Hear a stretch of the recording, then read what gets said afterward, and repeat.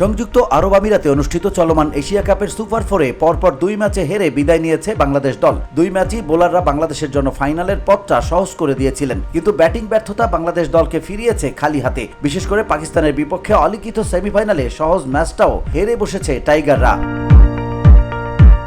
Asia কাপে বৃহস্পতিবার রাতে পাকিস্তানের কাছে বাংলাদেশ হেরেছে 11 রানে। বাংলাদেশ হারলেও বোলাররা সকলের মন জয় করে নিয়েছেন। ম্যাচ শেষে পাকিস্তানের কিংবদন্তি ক্রিকেটার ওয়াসিম আকরাম প্রশংসা করেছেন রিশাদ, তাসকিন, মুস্তাফিজদের। আবার বাংলাদেশের ব্যাটারদের ব্যর্থতা নিয়েও কথা বলেছেন। ভালো খেলতে বাংলাদেশের ব্যাটারদের প্রথম শ্রেণীর ক্রিকেটে মনোযোগ দিতে বলেছেন সাবেক এই অধিনায়ক।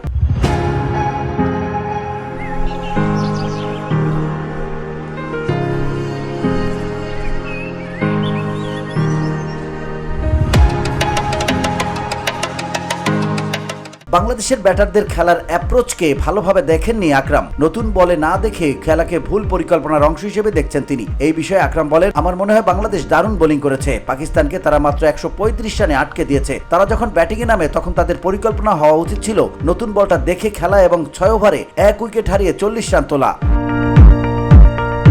ওয়াসিম আকরাম বলেন, দেখুন, আমি বাংলাদেশের প্রথম শ্রেণীর ক্রিকেট সেভাবে অনুসরণ করি না, কিন্তু আপনাকে প্রথম শ্রেণীর ক্রিকেটে নজর দিতে হবে। লাল বলের ক্রিকেট থেকেই আপনি প্রপার ব্যাটার পাবেন। আমার মনে হয় এটাই সমাধান। অনেকদিন ধরেই আমি এটা বলে আসছি, কারণ আমি বাংলাদেশের ক্রিকেট অনুসরণ করি। সুতরাং প্রথম শ্রেণীর ক্রিকেটে নজর দাও।